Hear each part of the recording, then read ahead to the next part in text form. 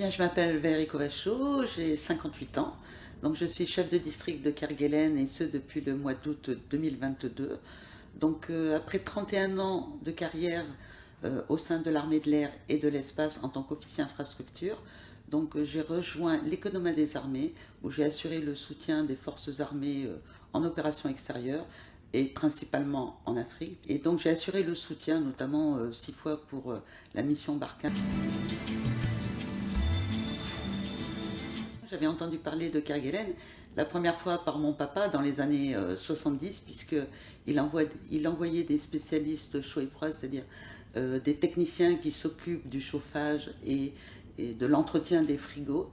Ensuite, j'ai pas mal de camarades en tant que pilote d'hélicoptère et mécano sur hélico, donc qui ont rejoint les Kerguelen, puisqu'à l'époque, il y avait un hélicoptère militaire sur place.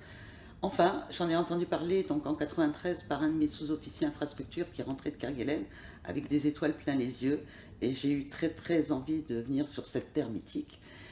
Mais à l'époque, il n'y avait pas de personnel féminin, et donc les premières femmes sont arrivées en 1995.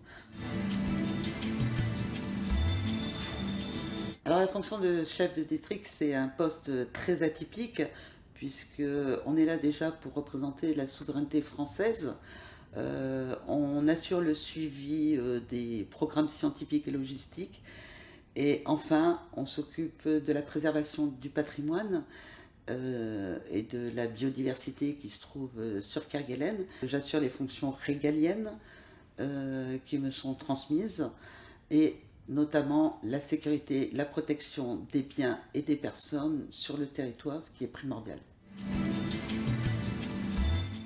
Alors je ne sais pas comment un homme réagirait, mais pour moi en tant que femme, si j'ai les compétences et les capacités pour réaliser cette mission, je ne vois pas la différence.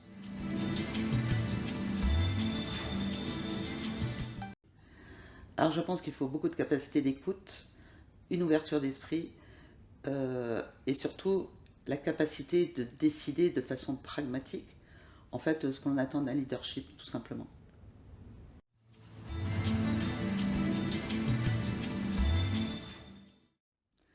Alors il y a plusieurs étapes dans la journée, des étapes très importantes pour la sécurité des personnes, qui sont les veilles radio pour savoir si les gens vont bien ou pas, s'ils ont un problème, si on peut les aider. Et autour de ça gravitent tous les services de soutien, donc, qui sont principalement des militaires, pour tout ce qui est énergie, chauffage, l'eau. Il y a de l'alimentaire aussi qui est très important quand on est sur un district.